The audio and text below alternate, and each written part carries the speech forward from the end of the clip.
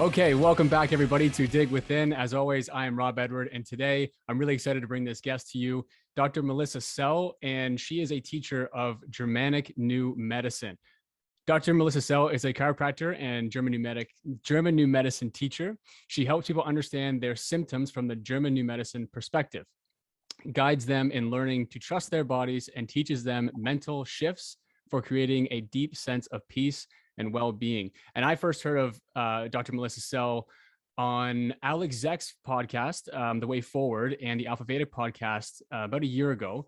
And I immediately resonated with your background in German New Medicine and really helped me unlock the mental blocks in my mind regarding health and wellness and everything happening at the moment. So I personally can't thank you enough for your work and taking the time to join me to share this information with my audience. So Melissa, how are you? Welcome to the show.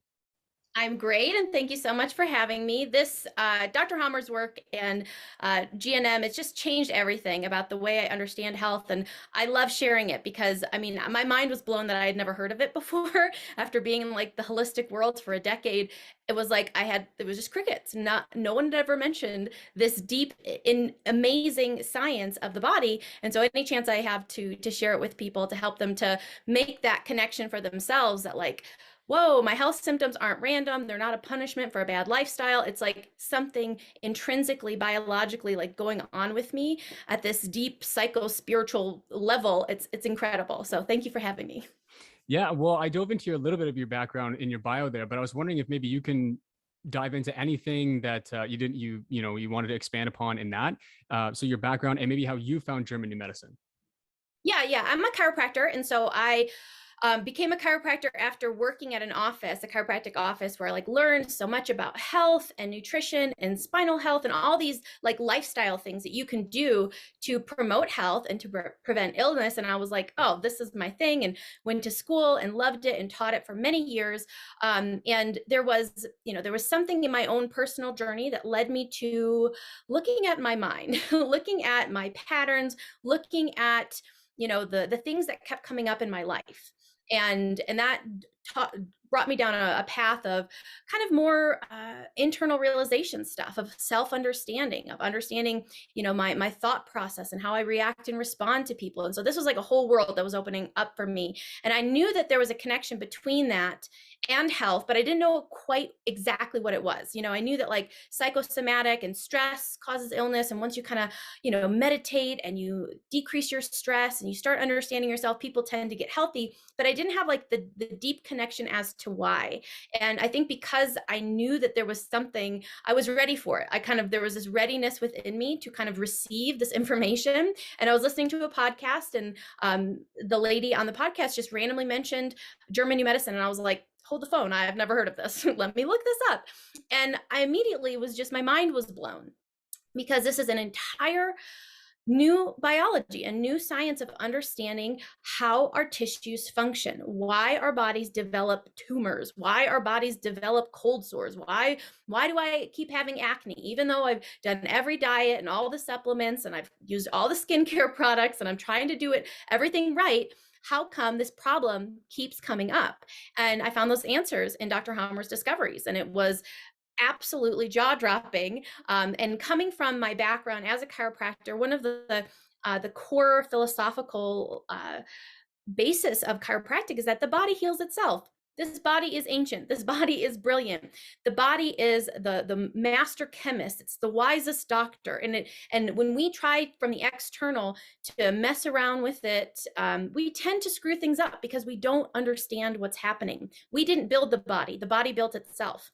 And so when we don't acknowledge and recognize the deep intrinsic wisdom within the body, when we just assume, oh, there's a tumor here, I need to take it out. Oh, these numbers on this paper, they don't look like the numbers they're supposed to look like. Here, take this chemical so we can balance your numbers out. And it's like that, as far as a way of taking care of people's bodies, it is archaic. It is not in alignment with the highest truth of the human body, which is the body knows what it's doing. It built itself from scratch. If there's something going on in your body, there's a context you're missing. There's something that you're not understanding about why, the reason behind the tumor, the whatever's happening in your body that seems outside of the norm, there's a reason it's happening. And when you understand that reason, peace washes over you, because you no longer are living in fear. Because we live in a society where we are taught to fear our bodies. We're taught to fear a fever, a cough. Oh, this is something wrong. I need something to get rid of my diarrhea, to get rid of my cough, to get rid of my fever, to get rid of my headache, because we don't understand that the symptoms are meaningful. The symptoms are there for a reason. The symptoms are there for a purpose. And when you do understand that, everything about the way you treat your body is different. And then you start paying attention to these things called biological special programs. And so these are these deep, these programs within each layer and tissue of our body, that are linked to our brain, that are linked to our psyche, our perception of the world and how we perceive events of our life. And so, yeah, we can get into all of the details of how this actually works. But the biggest thing, the place that this conversation is going to take you, is freedom and peace. Freedom that you can understand your own body. I do thoroughly believe that every individual is capable of understanding the basics of this, so that they can heal, so that they can understand what their body is doing. I don't believe that people are stupid. Medicine, it's like, oh, little old me. Like we assume, and the doctors assume, oh, well, you haven't studied the body. You don't know what's going on with you. So come to me and I'll tell you. I'm more interested in helping people to understand how their bodies work, because you're going to be in this thing for as long as you are, in this realm doing this, playing this particular character. You've got this, like this meat suit. And when you understand how it functions, you don't have to fear the stuff that goes on with it. Right. And it teaches you how to heal yourself, as opposed to running to an external source every time something might happen. Because at the end of the day, you're not going to be perfect 100% of the time. There are things that are going to pop up in your life. And one of the things that's fascinating to me is listening to people such as yourself and all the people that I'm hoping to get on here to share with a broader audience, that we're understanding that this is the way that things were happening before all of this, kind of, you don't even know what you can say nowadays to stay and get the information out to people. But we're aware of this before this event happened 2 years ago, where now there's a lot of people interested in these modalities, but someone such as yourself finding this years before, I can understand how it might have sounded so unbelievably fantastical to a lot of people, where now people are going, oh my God, this makes so much sense, because of all the information coming out that, certain things don't exist and all these things are made up on this false notion of things. And I was wondering, maybe then can we just dive into what German new medicine is, and maybe Dr. Hammer and his story and how that kind of unfolded. Because when I started telling this story to people that I knew, it was fascinating to hear people go, oh my God, that makes so much sense. And so, yeah, I was wondering if you could maybe dive into that. Totally. Yes. So Germanic New Medicine, also called Germanic Healing Knowledge, to kind of get away from the medicine title. Dr. Hammer also called it Germanic Healing Knowledge, or Germanische Heilkunde, which is in German. And so he made this discovery out of a personal tragedy. So it was 1978. Dr. Hammer's son was accidentally shot, and he survived for 3 months, but ended up dying in his father's arms. And obviously this is a huge shock, a huge tragedy, something that, you're not prepared for when it happens. And 3 months after that, Dr. Hammer developed testicular cancer. And so he knew that there was no cancer in his family. He just had an intuitive sense that this had to do with the loss of his son. And he worked in oncology, so he had access to cancer patients. So he started to talk to them and to investigate these connections. And so not only did he just find that people who had some type of cancer had some type of trauma or shock in their experience prior to their diagnosis, but he found very specific themes, very specific patterns. So men who had a testicular cancer had some type of loss. Women who had a glandular breast cancer had some type of profound worry for someone that they love. People with lung tumors or lung cancer had a death fright conflict. Colon cancer had an indigestible morsel conflict. So it's like, okay, there seems to be a rhyme and a reason to why a person is developing the particular cancer that they have, having to do with the type of shock that they experienced. And so through these connections and this deep studying, and oh my goodness, I can't wait. I would love one day for us to have all of Dr. Hammer's notes and his process translated, because I mean, this is just incredible what he discovered about the human body. So kind of the basic is that health condition that kind of arises of its own. So there are a few exceptions to this: injuries, poisoning, and nutritional deficiencies. Those are of, those are more mechanical in nature. There's a poison blocking something from processing. There's a nutritional deficiency that you can develop symptoms in absence of a conflict. But for everything else, chronic diseases, cancers, things that just kind of appear out of nowhere, like you didn't have allergies and all of a sudden you have allergies, an autoimmune disease, quote, autoimmune disease, they call it, that just, just kind of appears one day. All those type of diseases, they always are preceded by a conflict. Something profound that has caught the person, the biological organism, off guard. And essentially what happens is, in that moment, you're shocked, you're isolated there, it's beyond your kind of psychic capacity to integrate and process what has happened. And your body registers when that happens, and just think back over your life, times when you're just like, you're stunned, you're shocked, you're frozen in fear, something happens and you just were, blown away by the information because you didn't have any way to predict or capacity to handle it in that moment. And so our bodies have within it biological programs intended to help us in those situations. When something exceeds our threshold for what we can handle, the body steps in and it helps the only way it knows how, which is by adapting our physical biological tissues. Because your body can't literally stop the tiger from chasing after you, but what it can do is proliferate additional lung alveoli cells, so that you can have more oxygen in your system so that you can get away. The body can't help you to digest this crazy news you just got about your partner. It can't physically help you, or can't mentally help you do that. So physically it helps you by proliferating additional tissue cells within your digestive tract to help produce more digestive juices, or to better absorb the digestive juices so that you have more sugar, more power in your system so that you can process and get through whatever you need to get through. So our body has biological answers to the things that occur in our lives that we can't handle. And so when you start understanding that, oh my goodness, my body did this for me. This is not my body attacking me. So the idea of, like, for example, like autoimmune thyroiditis. Your body just started attacking your thyroid. It's like, well, why would it do that? My body seems to want me to live. It seems like the imperative of the body is to live and to reproduce. Why would something occur within it that all of a sudden causes my body to turn on itself? And so that's where something like, an autoimmune condition, it's simply the idea of autoimmune is a misconception. The body is doing what it's doing for a reason. You may not fully understand that reason because you're lacking this biological language. So the thyroid responds to a conflict of feeling too slow to catch something. Oh, I needed to get this money by the end of the month so I could pay my rent. And so when you're stressed and worried about how am I going to pay my rent, how am I going to hurry up and get this morsel, get this thing that I need, which is this money, again, your body can't help you get the money, but what it can do is proliferate additional thyroid gland cells so that you have more thyroid hormone in your system so that you can hurry up and hurry scurry, get that money so you can pay rent by the end of the month. And so it's when we can't handle it, when we don't have access to a solution. The body provides us a temporary solution, and it is intended ideally to be temporary, not lifelong, not forever in a state of perpetual stress, perpetual worry, perpetual problems. It's temporary. And so the body proliferates these temporary cells.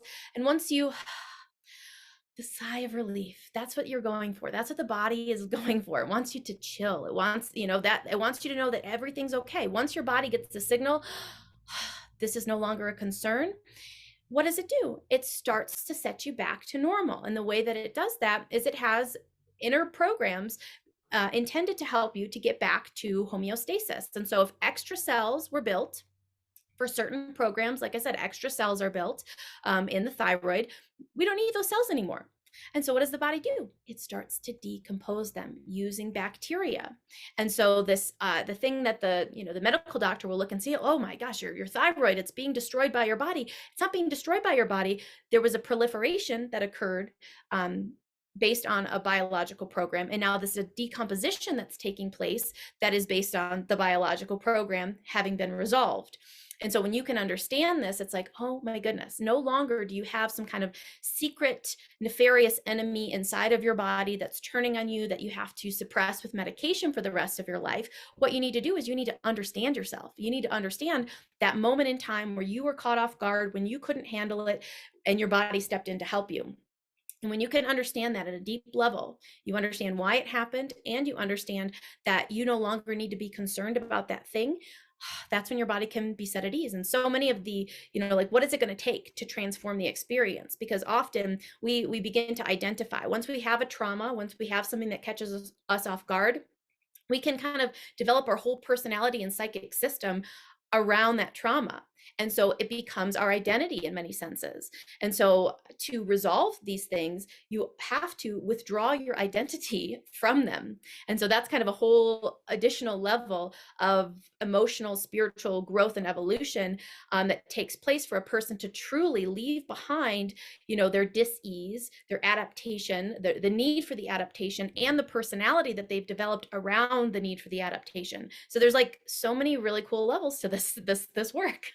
Yeah, it's fascinating too because it's fully integrated, right? And I find this so fascinating when people are interested in holistic healing.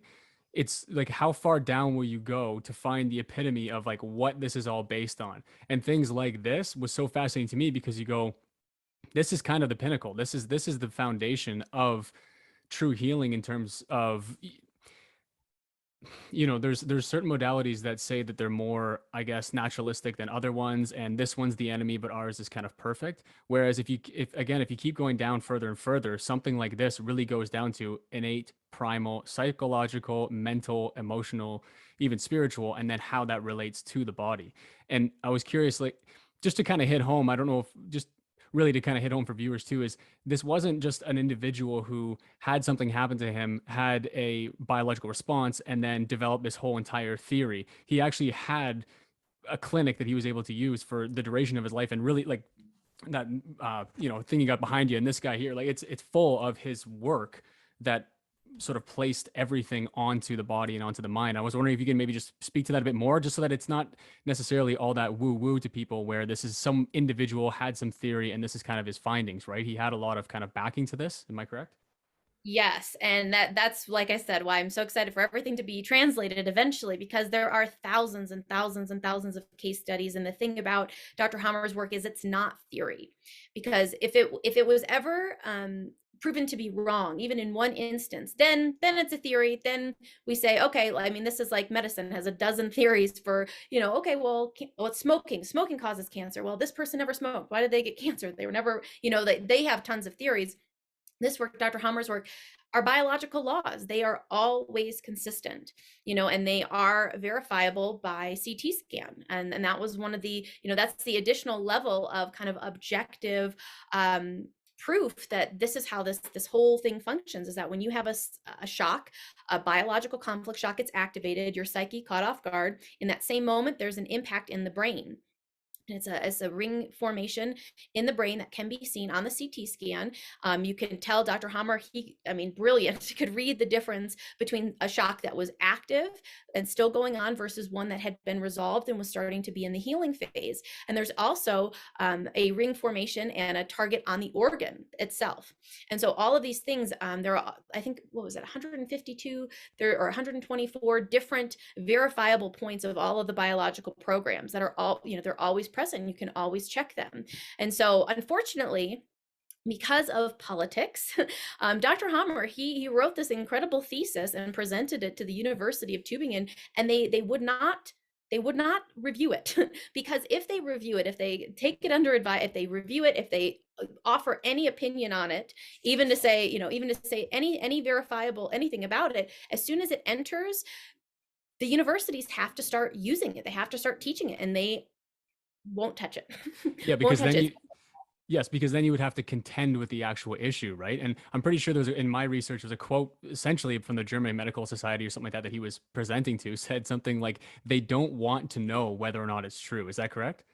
Yeah, they can't afford, when you think about what this what this would constitute as far as a fundamental rearrangement, if universities and institutions started actually looking at brain scans, started actually looking at these biological programs, it would change the fundamental essence of all that is medicine. And so you can see why certain people may have been like, no, no, we cannot let this out. And even to this day, I mean, people, and Dr. Hammer was jailed for practicing medicine without a license. You know, one of the other reasons, I mean, chiropractors have been jailed for practicing you know, all of my heroes have been, you know, jailed for practicing medicine without a license. Which is, you know, just kind of shows you that there's a narrative, and anything that goes against this narrative, and that's why people have to learn this for themselves. And that's the, you know, we can't rely on the powers that be to take this information that, and like you said, it makes so much sense. Every person that I've spoken to since learning this and kind of talking to them about their health and about their life, they're like, this makes so much sense. And because of that, because it makes sense to you, that's the most important thing. Like if you are still in that position where I can't believe this until my medical doctor signs off on it, until my medical doctor agrees, because I've been conditioned to subjugate my mind to the mind of the authorities, the people who went to school longer than me. And so many people suffer from little old me syndrome, and they think, oh, well, who am I, you know, I read it, and yes, it makes sense, and yes, it's consistent with my experience, and yes, the timing was exactly how it happened for me, but my doctor doesn't think it's true. And so those people are willing to subjugate their own personal experience to an authority, and helping a person to realize that, you know, because it's fundamentally disempowering for you to say, I'm not equipped to know. I'm not smart enough. I didn't go to school long enough. That in and of itself, you know, there's a biological program called an intellectual self-devaluation conflict. So a person like that might suffer with chronic neck pain and issues with their cervical spine, because when you're chronically feeling, I'm stupid, I'm not smart enough, who am I to know? You know, your body hears that as, I'm not smart enough, I'm not enough. You know, when your body hears the message, I'm not enough, what does the body do? The body has a biological answer for that. And what it does is it renovates your connective tissues of your body, first with erosion. So there's tissue erosion when you're actively in the state of self-devaluation. Then when you resolve it, when you feeling good about yourself, oh, I feel pretty good about myself today, feeling smart today, oh, someone gave me a compliment, you know, you're externally oriented, so that external feedback kind of gives you a sense of relief. And then, oh, your neck or your shoulder or some body part starts hurting, it's because now your body is reinforcing those tissues that were eroded during the conflict phase, making you bigger, making you stronger, because that, again, that's what the body, it is solution oriented. If you say, I'm not enough, I'm not smart enough, I'm not good enough, I'm not a good enough athlete, your body starts to reinforce these tissues during the healing phase, making you stronger, making you better, making your lymph node bigger and better able to handle the stuff that you're dealing with. And so I'm not sure how I got here, but you know, all of these things are just you understanding, I can understand this, my body's doing the right thing, and the more clarity that I gain around my connection between my perception and my physiology, the healthier I can become. So I'm not entirely sure how this really relates to things like traditional Chinese medicine and how certain organs are related to certain emotional patterns and stuff like that as well. But your work really helped me with pulling the trigger and doing what I'm doing right now.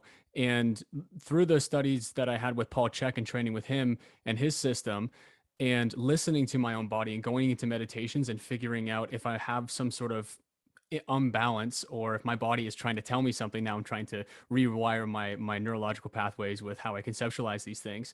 I felt like I had some sort of adrenal or kidney. It's like I could really feel them more than ever before.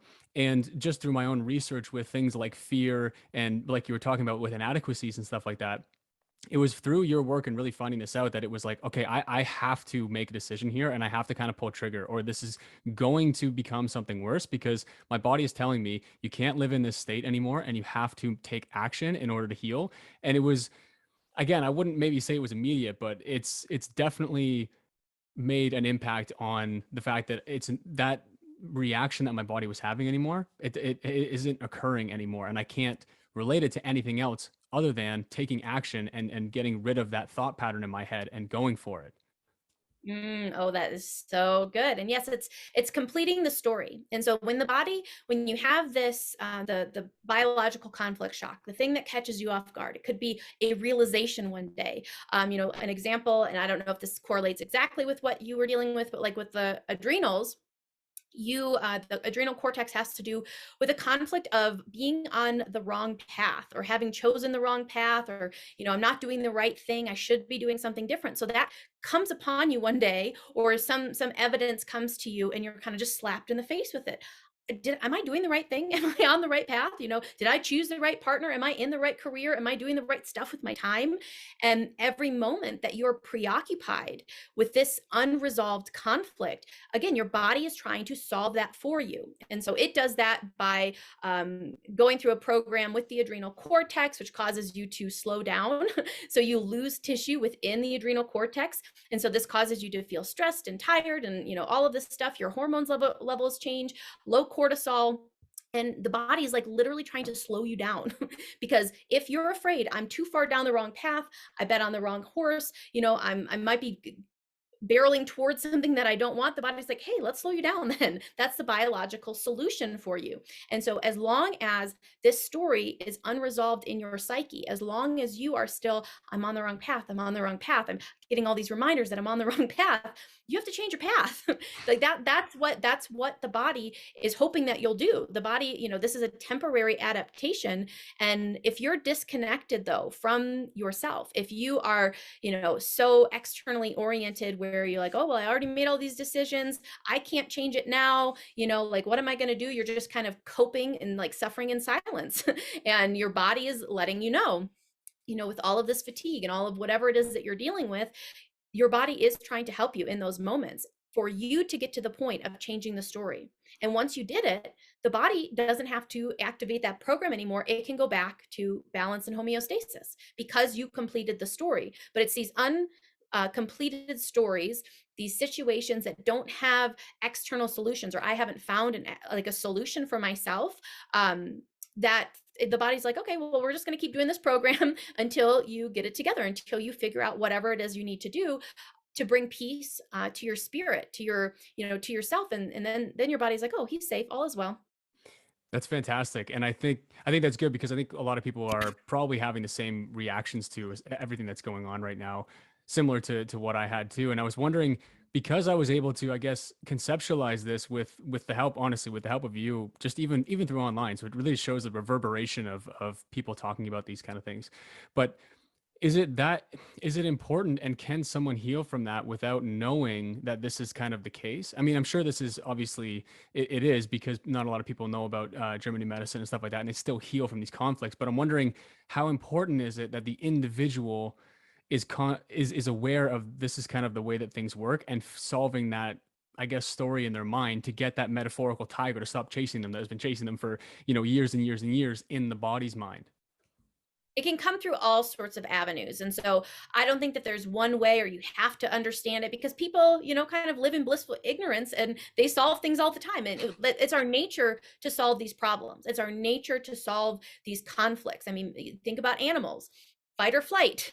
let me fight this opponent, run away from this opponent, pass out and hope they pass me by. It's like you are over it soon. You don't dwell on it. And often it is because, of our modern lifestyles where we have, fewer and fewer like legitimate life or death situations that we're dealing with, and so we, like I said, we kind of we start to identify with these problems, and we start living out these, these unfinished stories of poor me, things don't work out for me, living in victim consciousness. Like when you are in this victim mode, you don't want to leave it because you get kind of there are some goodies you get from being a victim. And so, people find their way out of victim consciousness and into, radical healing and radical self-transformation without understanding the 5 biological laws. That certainly is true. I mean, any spontaneous healing, I mean, this is the mechanism through which it's happening, whether or not the understanding is there of why exactly it happened from the biological perspective. So I don't think a person has to understand it, but once it's there, I mean, I find it really cool. Maybe other people aren't as nerdy or interested in this stuff as I am. I love it. I mean, I just find it fascinating, and I want to understand why my body's doing the thing that it's doing and the role that I'm playing and why it's happening. But I don't think that a person has to understand it really in order for it to work. Yeah, yeah, I agree, and I guess my conceptualization is you can potentially heal from it in some sort of way, not necessarily knowing, but I would imagine through not healing, it's because of the disconnection between both. A, knowing that this is how it works, or B, not effectively closing or bookending the chapter in a progressive way where you can then move forward. Is that correct, do you think?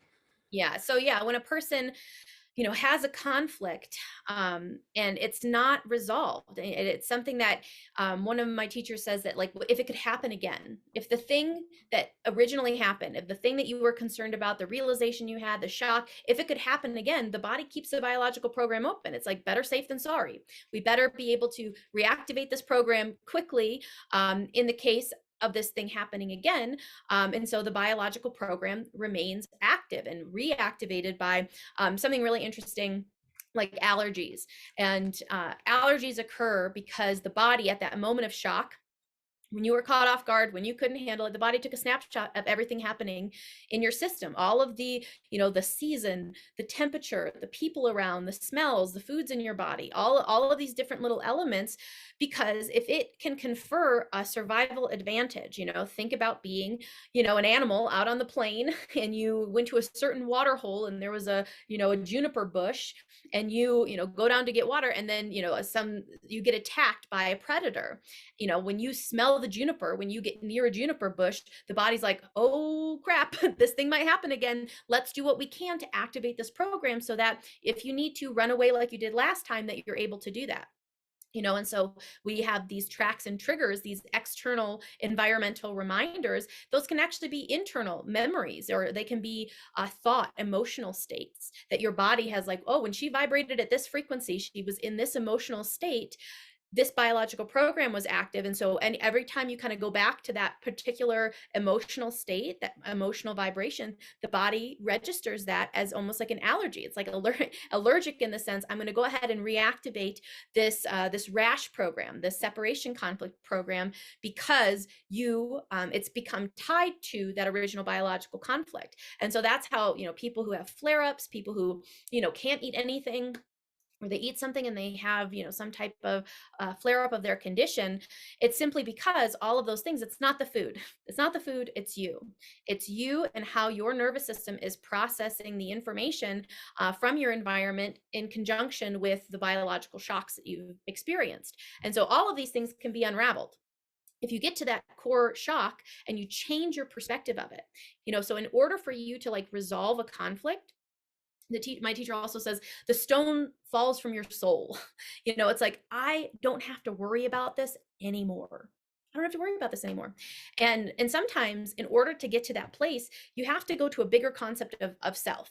Because as long as you stay, you're like yourself, your small ego in your mind with all of your personal experiences, maybe like, how could I ever feel like this couldn't happen to me again? I feel vulnerable. I feel small. I feel broken, as me. And so often this has to take you to a bigger place, a broader understanding of you, being this particular character in this bodysuit for your life, is that all that you are? And so I find that this is such an amazing bridge and trampoline into, a greater concept of who you actually are. And often we have to go there in order to get to that place of loosening, in order for you to release the identity associated with that trauma that you suffered. You have to get to a greater concept of what you are and what this thing is that we're doing here. What I'm hearing too is related to even things that we do know with psychology now, right? Where you do have something that happens in someone's past and they keep replaying those patterns every time that situation brings up something in them, in their job, in their relationships, and in all that stuff. But then this is just basically relating that to, this is then placing that within your body in any sort of illness or disease of which you're manifesting. It's sort of like, it's the kind of groundwork or the epitome of what we're talking about here, which is, it's just one step further. It's like psychology, and then one step further is that's going to be rooted in your body somehow. You know what I mean? Totally. Yes. And when you get it, and when you start to see that, the stuff that happens to me and the way that I process it, the way that I perceive it, and that, another thing I love about this work is it's so unique to the individual. It's not just the situation. Oh, anybody who has this trauma always has this shock. Not necessarily. A person goes through being cheated on. They can perceive that scenario in many, many different ways. They can internalize it in many ways. Maybe so. If, let's say, you find out your partner was cheating on you. Well, what if you had been cheating on them? Were you maybe a little bit relieved, or maybe you've been wanting to break up and you find this out? No conflict there. Depending on the individual. But if this was your only person, and you thought you'd be with them forever, and you built this whole idea of commitment and all of this, absolutely shattered, absolutely crushed. Could be self-devaluation. It could be a sexual conflict. It could be a separation conflict. If this was your, sole provider, and like you have to leave them now, it could be a starvation conflict, because how am I going to afford this? Could be an existence conflict. And so the conflict itself, it lives in you, and it's your unique perception of what happened. And I think of it in all these different layers, because it's like, the way that I perceive has to do with, most fundamentally my biology, because we all have these biological programs. We all have the capacity to activate them. So we've got our organismic history. Then we've got like our ancestral history, like your grandparents, grandparents, grandparents, grandparents, and the stuff that they lived through. You've got your own familial history. You have your own individual history. And we've got all of these lenses that are shaping our perceptions. Everything that happened to me since the moment I was conceived, the conversations my parents had, what they were worried about, what they were struggling with, like all of that stuff has been downloaded into me, into my psyche, into better watch out for this. Oh, this is a danger. Oh, this thing could happen. Oh, that thing could happen. And so but the moment that the conflict shock happens, I have no choice over which biological program gets activated. That's kind of like all that pre-programming. That's what determines how my body perceives that unique shock. And so those aren't things that, like, I just realized I just had a death fright conflict. That's not how it's going to work. You're going to have, something's going to happen, and you're actually not going to know which organ system is adapting. You're not going to know what biological program is going on until you resolve it. So when it comes to like symptoms, I think it's about like 60 to 80% of symptoms occur once the biological program has been resolved. So when you were in conflict activity, you had no idea. You didn't know, the thing that was active was like you're preoccupied with it, you're not sleeping well, or you're waking up at 3 a.m. and you're wide awake. And if you're waking up at 3 a.m., your body wants you to resolve something. That's why it wakes you up at 3 a.m. It's to give you quiet time to solve this problem. You have to complete the story. If the story stays open, and that's often what people do, is they lay awake thinking about problem. What if this happens? What if that happens? Oh my goodness. And they're like open-ended questions that breed more anxiety, more perseveration, more worry about the thing. Instead of, and this is one of the easiest things that you can start doing tonight, when you're awake at 3 a.m., solve your problems. See solutions to these open loop stories. Write the ending of the story, and write the ending of the story, and write the ending of the story until you get a feeling of relief. And often I've experienced this. I've woken up at 3 a.m., conflict active, worried about a topic, and I just lay there until I get a feeling of relief of having resolved this story internally. And then I fall asleep, and then and that's the resolution. And then maybe the next day I'll have a sore throat, maybe the next day I'll have a sore shoulder, maybe the next day, whatever, depending on the nature of that conflict, I will experience the biological symptoms of the healing phase. But there are some conflicts where when you're in conflict activity, you can tell that you'll have like angina pains, chest pains. So that's an indication that I'm actively in a territorial loss or a sexual type of conflict. So pay attention to chest pains. When you're having them, don't ignore them. Don't cover them up. They are an indication of an unresolved conflict. And so the ideal thing is, it's not to be in a plastic bubble and to protect ourselves from all conflicts and just, be Zen, non-reactive angels. That's unrealistic. We live in this world, stuff happens. And the goal is to be a resourceful responder, to be able to recognize.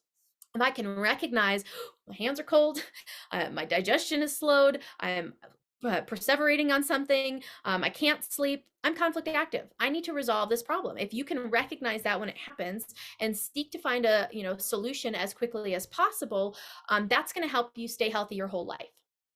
And then, there will be times perhaps when things happen that you just really, you tried, like a loss of a loved one, like that just seems so beyond my capability to understand or to integrate. You grieve, you suffer, you go through it. But that's often when people find, that higher truth, because, it's often lost. Because when you stay on this human plane, when you think that this is our one and only life and the only life I'll ever have, and this person who I thought I would be with for the next 60 years, was torn from me and taken. And now how are you going to cope with that if you stay on just the physical plane? It's really hard to, and that's why people tend to kind of bust out into new realms of understanding of existence when they suffer a traumatic loss, because otherwise it's hard to cope. It just is, because when you are just dealing with purely the materialistic physical world, and you think that that's all that life is. I mean, that's what we're seeing with everyone on a massive scale right now. Materialists who believe in, one single life. And it's very important that you protect your body from this, this evil particle, because it's a material particle. And they're missing whole realms, whole layers of experience. And they're living in fear of a material particle, rather than seeing that what's going on here is so far beyond simply physical particles. I love all of that, and I couldn't agree more. And I think that the chipping away at our spiritual nature and our connection to a higher power was definitely planned, and definitely is in motion as to why we're seeing what we're seeing right now. Because people who have that connection to something greater, or who knew the things like we're talking about right now, it wouldn't be that big of an issue, because they would go, well, all I need to do is contend with this and I'll be fine. It's like you were saying, it's more about resiliency and contending with life, as opposed to shutting it down, running away from everything, which is what I find sometimes with this. Some of the conversations that we're dropping into here is more of like, oh, I can't let that energy in, and I can't, like I can't deal with X, Y, and Z. And there is a place for that for sure. I'm not saying that. I'm just saying that there is something to be said about building the resiliency, as opposed to blocking it out from never happening to you, because you have to contend with life. It's going to happen at some point. These things are going to happen to you. And if you don't know how to contend with them, that's when they can show up in these illnesses and stuff like that in yourself. And then you just perpetuate the kind of thing, and even further. I was wondering if maybe we could, I know we're kind of far in the conversation here now, but I was wondering, is there any way to conceptualize, or, kind of go over broad strokes of these biological laws you're talking about that Hammer developed, or I guess Yeah, discovered, totally. sorry, maybe is the correct terminology. Yeah, I love that, because he discovered him. This is, and that's what I love. It's always been this way. This is our deep biological programming. This is like when you look in the computer and there's like coding. It's like the deep coding of our bodies. This is just how it functions, and the recognition of it is brilliant. He saw the patterns that led him to the truth in nature. And that's the thing, is if you study nature, you will find truth. It shows itself again and again and again, and it's mathematical, like these biological programs, it's math. And it's predictable and it's scientific. So cool. So the first biological law is the psyche brain organ connection. So I touched on that already a little bit. The psyche is not just your mind. It's not just like the Freudian idea of the mind. The psyche is like, it's your soul, it's your awareness apparatus, it's everything about you. Your body is picking up on changes in temperatures, picking up on everything, and so the psyche is what's impacted when you have the conflict. The psyche picks up on the conflict, and at that same moment, simultaneously, there's an impact in the brain, and then there's an adaptation on the organ level. Psyche brain organ, it happens all at once, and they're all three levels are always present. And so you can surmise one from the other. So if you have a colon tumor, that there's going to be an impact in your brainstem, because the brainstem, that's the oldest portion of the brain. The colon, the digestive tract, is made from the oldest type of tissue in the body, which is endoderm. This actually kind of bleeds into the explanation for the third biological law, which is this organization of understanding why certain tissues do certain things. So the old systems of the body. So these are the ones that are the most simplistic. So this is eating, reproducing, and breathing. And so this is going to be the colon, the lung alveoli, the kidney collecting tubules. And so the body, it's all about the survival program. And the brainstem is the area that controls it. So old brain, oldest organ tissues, these types of tissues respond with cellular proliferation. I've given this example several times already. Cellular proliferation, so that means more cells. The body can only, as far as adapting to help you, it's got three things it can do. It can increase cells, so cellular proliferation. It can decrease cells, so cellular loss, to widen a duct, widen some type of opening, or it can give functional loss. So functional loss would be an example of if you are in a motor conflict where you are frozen in fear, you're afraid of moving, you're afraid of not being able to move. It causes paralysis. And so that's functional loss of the motor function within the muscle. And so that is, again, it's an adaptive program. You might be like, oh my gosh, why is my, my hand kind of paralyzed right now? But when you look at it from the biological perspective, it makes sense because I was, I was not able to hold on to something. I was frozen in fear. I had some type of motor conflict related to my hand. My biology perceived that as she better play dead or else she's going to be in trouble. And so that's why the body goes paralyzed. And so if you've ever dealt with any kind of mysterious paralysis, that can be one of the most freaky things that a person can go through, because once you go on to Dr. Google and you read about, the cause of paralysis, and you start reading about ALS and MS and all of these degenerative neurological conditions, you get freaked out. Don't go to Dr. Google. Look up the GNM perspective of your symptom before you look up the conventional perspective of your symptom. That is another, just solid piece of advice, because once you get down that rabbit hole of, oh my gosh, what about this? When you make a picture of yourself in your head, potentially being in a wheelchair, that can perpetuate this conflict. That can be, it's these vicious cycles we get into when we have a conflict and then we respond to the symptoms associated with that conflict in a conflictive way. That's how you can create just this absolute downward spiral of one thing after another, because you didn't understand why your symptom was happening. So it created a freak out. It created another biological conflict. Diagnoses are the same way. When you go into the doctor and the person in the white coat, who's the authority, tells you, oh, I'm very sorry, Mr. So-and-so, that that is diagnosis shock. Very often leads to either lung tumors, because that's a death-right conflict. Most people look at a diagnosis, something like cancer, as I'm going to die. That's how they see it. They see it as a one-to-one. They don't think, oh, cancer's a biological tissue adaptation in response to this thing that happened. I know exactly why this is going on. Thank you for your information. So you could go into that world and get the information from the doctors. But if you don't have the greater context, often, you're going to be freaked out. You're going to be afraid.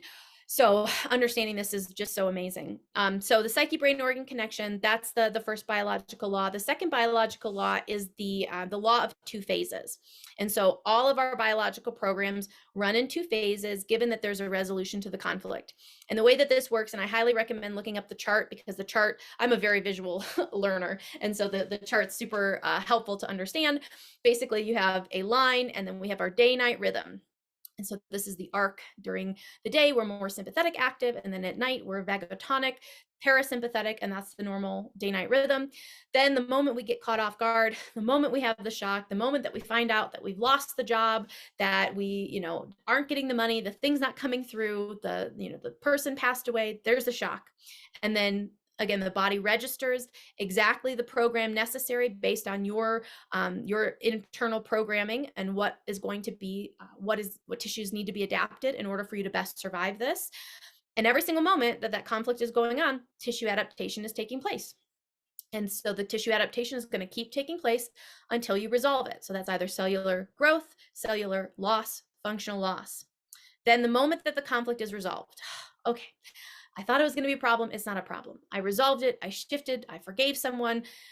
You resolve the conflict, and then you shift into the healing phase. And so this is when the tissue has to repair. If the cells were built up during conflict activity, now they need to be decomposed. If you lost cells during conflict activity, now they need to be rebuilt and restored. If you lost function, now the body needs to return function. And so that first half of healing is typically when you're going to be the most symptomatic. because all healing happens in a fluid environment. So there's fluid on the brain level and on the organ level. And so when there's fluid in an area, it creates this kind of protective bubble around the area that's healing, but there's also pressure. So you're going to feel, pain and tenderness on the area there that the rash is, or where the sore joint is. And also often you'll have like a little bit of a headache or a big headache, depending on the intensity of the conflict. And that's going to go on until the point of maximum swelling. So when your body, and this is like when you're in the healing phase, when you are experiencing these symptoms, the best thing you can do is support yourself and do your best to not reactivate that conflict or another conflict. Because again, if you're swollen and you're tired and you're fatigued and you just don't have energy and you're just like, oh, if you start telling yourself, oh, I can't do this, how am I need to be able to do this and this and this and this. Often people don't let themselves get through healing before reactivating a new conflict, which just kind of keeps you in that perpetual cycle. But if you let yourself heal, halfway through the healing point, the body's going to have a big squeeze. So the big squeeze, this is called the crisis, the epileptoid crisis. This is when the body squeezes the fluid out of the brain and out of the organ level. And this is often accompanied by an intense kind of bout of symptoms. So a sneezing fit, or a muscle spasm, or a seizure, or things like a heart attack or a stroke happens at that height of healing. You'll feel this big squeeze, and then the body moves into phase B of healing, which is when there's continued tissue repair, restoration, in order to get you back to homeostasis. And so every single dis-ease process, and this is the thing about medicine, is they say that there's can't remember the numbers, like a few hundred hot diseases and a few hundred cold diseases.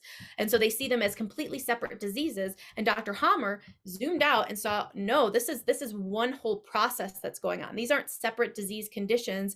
This is conflict activity symptomatology, and this is conflict resolution symptomatology, but they're part of one whole biological program. And so by understanding that, you can say, oh, I know why this symptom is happening. And that's the cool thing about, the symptom itself is the remedy. The symptom is trying to help you. The symptom, when your body tries to produce more of digestive juices, more thyroid hormone, more of something, it's there to help you.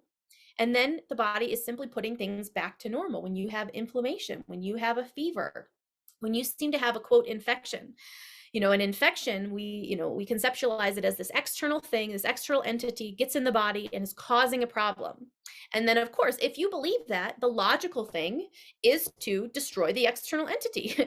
Let's take the antibiotic, let's spray the antibacterial spray, because when you believe that it's the external particle that gets in and makes the body sick, those methods make perfect sense. But when you stop believing that, when that stops making sense to you and you start saying, like I really believed that when, bacteria got on my skin, and I learned it from a Neutrogena commercial. Oh, bacteria gets on your skin, it gets down into your pores, and that's what causes a zit. And I was like, oh, well, all I have to do is just keep my face really clean. I would like put rubbing alcohol on my face to kill all the bacteria. Didn't work, did not help, really dried out my skin. And so like when that didn't work for me, when it didn't make sense anymore, I was like, how can, I remember being confused. How could I get a zit here if it was bacteria and I haven't touched my face is totally sanitized? How is this still happening? That was something that just baffled me. But now I understand it has nothing to do with the external bacteria getting up. I mean, there's bacteria everywhere. Everywhere. You can't escape it. Do not try to.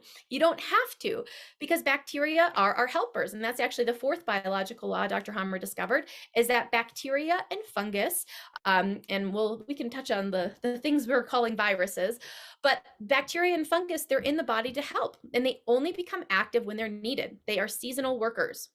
And so they sit chilling. They're just there. They're in every layer of your tissues. And when you need them, they become active on a signal from the brain. And the brain says, oh, there's a little bit of extra tissue cells in her skin because of this dermal program, because she felt attacked or felt soiled because her dog licked her face.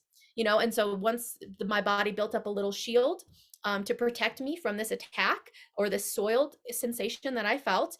And then when I resolved it, the body doesn't need those extra shield cells anymore. So it decomposes it, and there, boop, I have a zit. And when I understood it in that way, it's like, oh, anytime anything pops up, I know it's not because I'm being punished for a bad diet or because I didn't have enough probiotics or didn't wash my face enough. It is a normal biological program in response to a conflict that I experienced, and sometimes you don't even remember what happened because these things can happen so quickly. It's like, gosh, when did I feel attacked? When did I feel soiled? And so this is where the foundation, like when people work with me, one of the main things that we work on is awareness and being able to pay attention to your kind of micro responses to your life throughout the day, because we're just going on autopilot for the most part. Most people are just living totally on autopilot. They just react and respond in whatever way they've been programmed to based on their life up until that point, and they're just kind of automatons in many senses. And so by waking up to this awareness of like, I want to pay attention to how I respond to the stuff that goes on, and we start to slow down and pay attention to the stuff that goes on, you can start to say, oh, because like when you resolve a conflict, people are like, I don't know what happened. I was fine one day, and then the next day, I was sick. Something happened. You missed it though. You're so much in your automatic mode that you missed whatever internal shift took place in order for you to go from conflict activity, preoccupied to, and so the more that you can pay attention to that, the more you can get into these rhythms of, oh gosh, it was this that happened. This is what caused me to relax, or I did that meditation, or I forgave that person, or I was journaling, and it really shifted my perspective. Something happened and you shifted, or some external information came to you that made that issue, your problem, a non-issue. And so knowing that and understanding that, really, it empowers you. And that's what this is about. It's about personal empowerment, that I know that when I have certain realizations, when I shift certain stories, my body can heal. I can move from conflict activity into the healing phase. I can understand why the healing is happening. And so this second biological law, I think everybody needs to learn this stuff, because you got a body, and you have a body that you're going to be living in for the rest of your life. And if you don't know these things about how your body works, there's always going to be a bit of disempowerment or a bit of externalization where you're going to have to go to someone else to tell you how your body's functioning. But when you know for yourself, that I find to be just so very empowering, because you don't need anybody. You don't need an external source in order for you to understand yourself and to get well. That was amazing. And I would highly recommend everyone who is interested in this. You have a fantastic video highlighting all of the 5 biological laws that really help me conceptualize this in my brain. And yeah, that second law really, it helped me in what I was speaking about earlier with my body check-ins, and going, okay, I should try to find what the initiating factor of this was. And for me, it was something about forgiving myself and moving into a new space that completely kind of healed that conflict, or that SBS, I believe. And I was wondering, this is something we've touched on a couple of different episodes, and I'm wondering, do, do you see a correlation between the body being related to a machine nowadays, and the disconnect with the teachings of German medicine, and how we are a part of nature, but for some reason we keep conceptualizing ourselves as some sort of mechanism or some sort of machine, as opposed to one with this symbiosis of what's happening? Do you see that? Oh, totally. I mean, that's materialism. That is mechanistic thinking. That is, looking at the human body like a car that you can just take things out of and, put things into, and it's no big deal. And it's, instead of recognizing that, like, this, and that's the thing about this work, this intrinsic kind of deep understanding of our biology, when you look at it as this evolutionary process, and that the body has, has learned through years and years and years and years of trial and error. And, you are a survival legacy. Your body is embedded with this deep survival wisdom from every single ancestor that made it through something. And so to look at us as apart from nature, and to say, I mean, this is, just with the medical mind, the educated mind, to think that I can come in and take things out and put things in with no consequence, and that, oh, this is going to improve the function. Like the function is perfect. When you aren't understanding that the function is perfect, you can misinterpret it as erroneous. And that's what all of medicine is. It is an interpretation of the body doing normal biological adaptive processes, and some man coming along and saying, this is wrong, this shouldn't be happening. let's cut this out, let's put this chemical in. And so yeah, it's given people this idea that it's no big deal, that you can just take organs out and just take these medicines to regulate your system externally. There's this great and the BJ Palmer. He was the son of D.D. Palmer, who was the discoverer and developer of chiropractic. And there's this wonderful essay in one of his books. He's got these volumes upon volumes of these philosophical books that I read in college, and they're just so good. And he talks about like this greatest master human chemist. And like, think about the master human chemist who knows absolutely everything about the body. And then to have like, some novice chemists come in and say, oh, well, we need to put a little bit of this in there and take out that. It's like, does the medical doctor know what, like, the balance of chemistry that my liver needs right now at this moment? Does it know exactly what needs to happen in my body at this moment? I don't think they do because this body is constantly changing, constantly adapting to my environment. And so to take some type of patent solution, some pill, some capsule that was made in a laboratory to introduce that into my system, it just doesn't make sense to me. It's like my body knows what it's doing. My body is wiser and older and smarter than all of the most educated Ivy League, whatever scientists that exist on the planet right now. They don't know what my body needs right now. My body knows what my body needs. And so that's the ultimate empowerment though. But that's how they don't have you in their pocket when you know that your body is self-healing and self-regenerating and builds itself. They profit off of, and whether it's nefarious or simply misguided, they think they're doing the right thing. I think there's a mix of both. But to disempower the individual, and it really does all start around like the birth conversation, of like women giving birth in the hospital, women having their births, their pregnancies monitored every step of the way, that instills within the woman and the baby and all of society that your body doesn't know what it's doing, that it's stupid, that it can make mistakes, that you need help, that we need to induce, that we need to give you all these drugs and monitor you and do all of this stuff before your child even enters the world. That is the deepest kind of programming of this mechanistic, the body is a machine idea comes from that. And it's by changing that and women taking birth back and being empowered around their bodies, what their bodies are capable of, how, I swear, like the only preparation you might need for giving birth is like, go watch animals giving birth. Watch some videos of animals giving birth and just do what they do. And that's the thing, is we are so in our heads about these ideas of what's right and what's wrong and what we're supposed to do and all of the horror stories of things that have happened, rather than just tuning back to nature. This body knows exactly what to do. If the body built the baby, the body can get the baby out. I mean, that, and the reason that we have birth problems and birth defects often are because of conflicts, because the woman was conflicted, the child was terrified. Something like a breech birth, which will is a medical reason, like horror story for why, oh, well, you need to have ultrasounds, you need to make sure that you're getting all these ultrasounds so you make sure the baby's in the right position.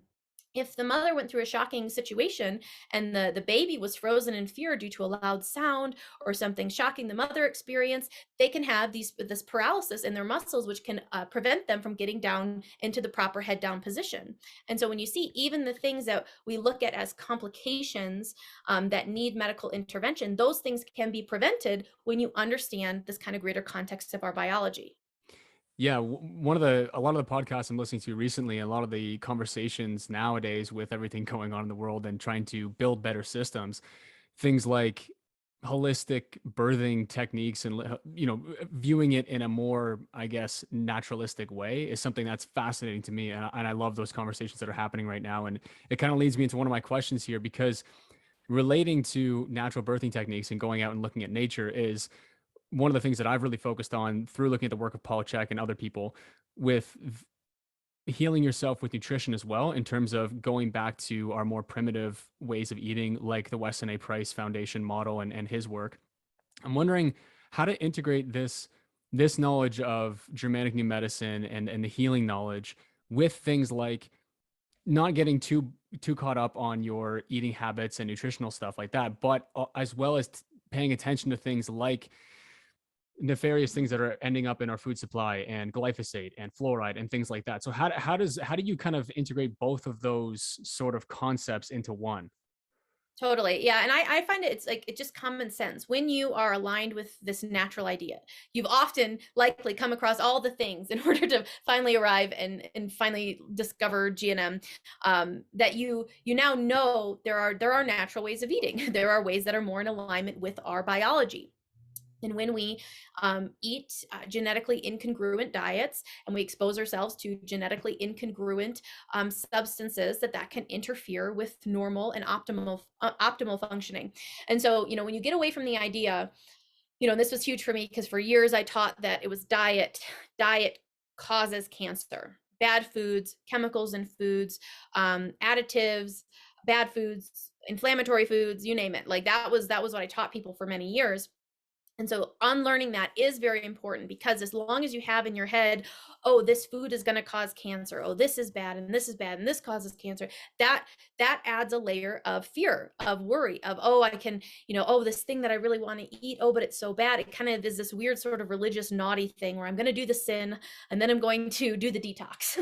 I'm going to eat the cake, I'm going to go to the birthday party, oh, but then I'll do my detox. And it's kind of like this repentance back and forth sort of thing. Like for me, it's do what makes sense. Eat a genetically congruent diet. Pay attention to how you're feeling, because if you were truly connected with your innate intelligence, if you were truly connected with your body, you would realize that despite the fact that Taco Bell is convenient, you feel like shit when you eat it. You don't feel good, and so when you start paying attention to how you actually feel, you will be naturally guided to doing things that make sense to you.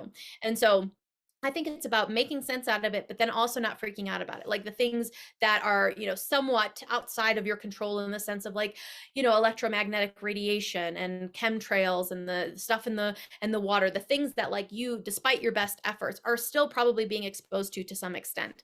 It's like, I say, do your best to, then this is how I live my life. I do my best to avoid the bad things. I do, I buy the best organic food that I have access to. I use the best products. I eat and do my life very intentionally and thoughtfully. But if there's stuff, or if I go out somewhere and I, decide to have a pastry from a cute little bakery, I'm not going to freak out about the antibiotics and the butter that they probably use because they didn't get organic, because they, I'm not going to do that to myself, because I realize that that's detrimental to my mental and emotional well-being, and it affects the food. If you're conflicted about the food you're eating, you're poisoning the food. You make the food bad, because before you ever knew about it, you were happily eating these things unconcerned. And so helping people to peel themselves away from food fear and food phobia and toxin phobia is one of the things that I do with almost every client, because there's just been so many years of indoctrination. And I mean, I was one of the people doing the indoctrinating. Like, I get it. I told people about how bad this stuff is and how you have to do this. And, that was part of like me coming away from that, of realizing, wow, all the mental burdens I laid upon people by teaching them that, oh, there's all this stuff and you have to get your lifestyle right. And if you don't, then, you could still get cancer because you didn't clean up everything. And that's not how it works. The body does not create cancer because of dietary misgivings, because of mistakes that you've made in your past. And that, when you understand that it's response to biological conflict, that also gets out this, oh, I'm being punished, because sometimes people will like, oh, I caused this cancer, oh, I'm being punished. It's not about punishment. When you see that these biological programs are useful, they may be unpleasant for you in a moment, the symptom may be inconvenient for you, but in the larger scale, when you understand this context, you see your body did it for you, your body did it for your maximum survival, it did it for in response to you. And so this is where the personal responsibility comes in. Okay, this came from me, but it was outside of my awareness. I didn't know that I was doing it. I didn't know I was sending a message to my body that I was unsafe and that I needed to protect myself and that I needed to, change, make all these tissue adaptations in order to survive in the world. I didn't realize I was doing that, but that's how greater understanding brings compassion. Compassion for yourself right now, compassion for the version of yourself that kind of got you into the situation that you're now in. It all makes sense and it's all good. And we just have to start where we are and move forward with this information in mind. Yeah, I'm just trying to buttress this idea with some of the common feedback, which is usually, oh, so you're saying that you can do whatever you want as long as you're essentially, it's almost like them saying that you could become uh, Christian Bale in American Psycho. And as long as you just don't have a personality, you don't care about anything, then you can't ever feel anything in your body. So you're good to go and you can eat whatever you want, all that kind of stuff. It's again, it's the harmonious nature of that symbiosis between the two things. And I just wanted to kind of address that because I think that's sometimes what's heard. I don't know in your work if you've had the same kind of experiences, but I do want to be mindful of your time. And I just have a couple more questions for you. And I really want to hit maybe the idea of I heard this word a long time ago, and it's the only word I really kind of can conceptualize with good stress, which is eustress, EU, and then stress. So, okay, that is a word for sure.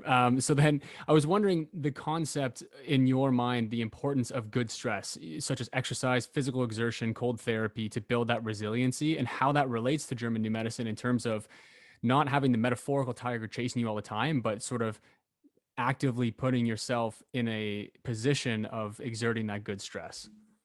Oh, I love this question, and I love all of those things.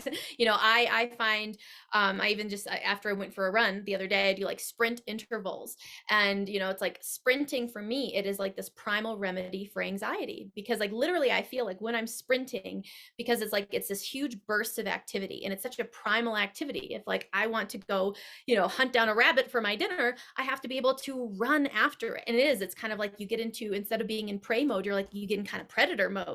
And that when you are in this predator mode, when you're going after something, like you aren't the victim, you're the victor.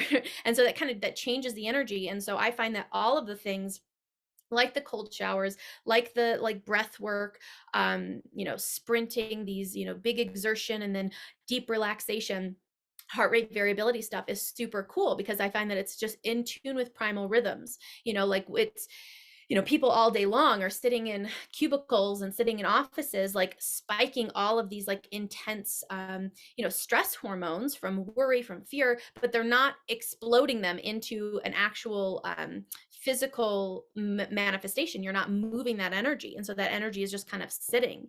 And so I find that people, and I incorporate all of these things into my lifestyle because I think it, uh, allows you to be more resilient. It teaches you to be more resilient, that I can go through something really, really hard. I can lift this really heavy weight. I can run really, really fast. I can stand in this really, really cold shower. And I'm okay when I'm doing it, and I'm okay after. And it's kind of building this sense of okayness, of strength, of like this mental toughness. And also, I love the concept of anti-fragility. The book by Nassim Taleb, where he talks about, it's like, it's not even that challenges that I'm just okay after them. When you can look at every challenge, every trauma, every problem, like that has made you better. Like I have taken this, I have integrated it, I have alchemized it, and I am better now. I'm doing the things, I'm stronger now. Like when I do cold showers and I do my breathing and I do my sprinting, it's just like I feel good. Like I feel so good. And so stuff happens.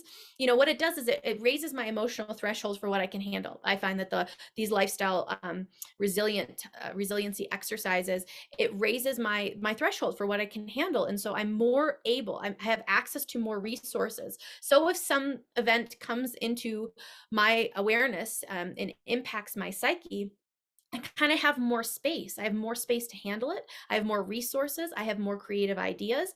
I have more belief in just kind of my primal ability to run away if I need to fight if I need to do what I need to do to get out of it. I believe in myself more because I've proven to myself that I can do hard things and survive and actually get really good and enjoy kind of this thing called life and these consistent obstacles that come in. But when you start seeing that, like if life was just a smooth one note the whole time, you wouldn't grow, you wouldn't experience. And so kind of like when you're here playing this life game, doing this life thing, don't you want to get better at it? Don't you want to like be able to handle the stuff that comes your way in the most resourceful way possible? And so, yeah, resourceful responding, when you're able to kind of access these physiological states, so much opens up for you, and you're just feeling so good. You're feeling so much better able to encounter whatever it is that you encounter in the day by doing those things. So I love that question. Yeah, and I think that that's directly related to what we're seeing happening right now. This massive, I guess, polarity of both sides of the issue that we're kind of contending with is creating the opportunity to really step into one's own power and do and build exactly what they want to build, as opposed to just fighting what potentially is on either side of this kind of issue. But again, it's that idea of like you said, if it's just all one flat note, there's no variability to create the harmony, to create the music, to create those kind of things. And it's all about what you can make out of those polarities. And it's almost like they need to exist so that you have something to kind of, put the jazz music in between. You know what I mean? Absolutely. Perfect explanation. And it is, and it's like improv, it's like, oh, here, what's he going to do with this situation? And when you think about life like that you came on this scene for this improv game, you came to, and when you think about it in that way too, like this whole completion of the story. So the conflict, here's your prompt, so we're in this improv game called life. And so here, something happens, a childhood trauma, improv, what are you going to do with it? And it's like, I didn't know what to do with it. And so I froze on the screen, or, I'm on the stage and I'm just frozen. And I've just been reliving that embarrassing moment of how I really fumbled in that, and so you have to complete the story. How would you have done it? You know what I mean? Like, knowing what you know now, go improv, go complete that story with what you have now. And seriously, like, someone listening to this, you're going to heal a years long condition doing this, just thinking about, how can I complete this story? What is the solution that my brain has been looking for, but my body has been hoping that I would arrive at because it's been in adaptive mode for all this time? That was your improv prompt. You didn't have access to resources in that moment, so you've just kind of been reliving it in an unresourceful way. Find the solution. And so and you just get good at it, and you start playing the game of life, and you start having more fun with it. Oh, the market just crashed, all my crypto's gone, this is like improv. What are you going to do with it? Like, are you going to allow this to eat you alive, or are you going to alchemize it? Are you going to turn that crap that life is thrown in at you into gold? And when you start really believing in your ability to turn crap into gold, you start not living in fear of this life. You start knowing that I live in this realm. You know what? Everything here is going to die eventually. I'm not going to be too attached to any one thing staying the same way, because I know that that's going to lead to suffering. And so I've got to roll with it. If somebody dies, if my pet dies, if, I lose something important to me, that is a part of this thing called life. And so I too have to respond resourcefully to that. And so that it is not excluded from this improv game. It's all part of it. And when you can just start taking, oh, it's all part of it. It's all part of it. Anything that comes at you today is all part of it. And you get to, and your power lies in your responses, in your reactions. How am I going to respond to this? And so, yeah, that's what we have a group coaching program, and it's called Radically Resourceful. And it's all about learning how to respond radically resourcefully to whatever is on your plate. How can I transmute this? How can I transform this? And when you really start strengthening your ability and your creativity, because truly, any problem, any unsolved problem in your life, you can start to view it as simply a lack of creativity. I have not thought up a creative solution to this yet, therefore I haven't been able to access it yet. And we tend to wait around for the external to tell us that we can feel good. But when you start taking 100% personal responsibility and realizing, I can feel good right now, I can change the way I think about this right now. I don't have to wait for the money to come. I don't have to wait for the partner to come. I don't have to wait for the thing that I've been waiting for. I can feel it now. And when you feel it now, the body heals. When you feel it now, you actually open up the energetics for the thing to come to you. But when you're grasping, you can't receive. When you're grasping, when you're clenching your fist, you can't receive.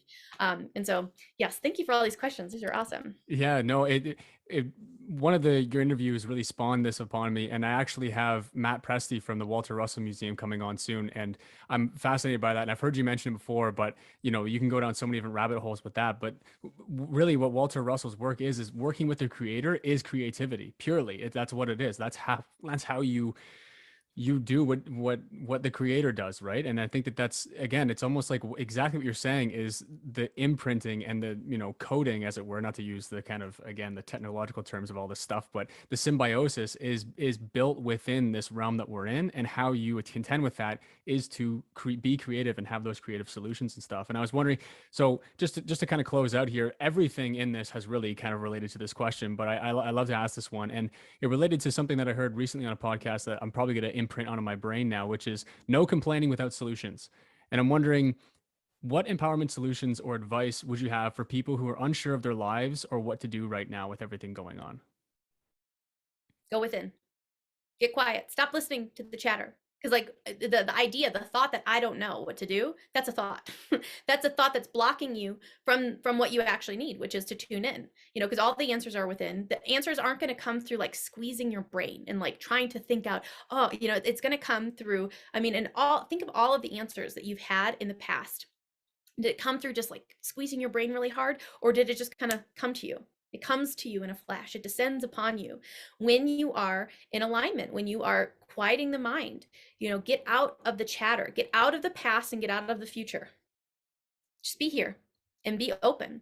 And people are afraid of that. They're like, but how am I going to get the answers if I'm just, where's it going to come? It's like, you got to chill, and all of the answers, that creativity, there's an endless supply of answers for you. There are a million ways for you to get from where you are to where you want to be.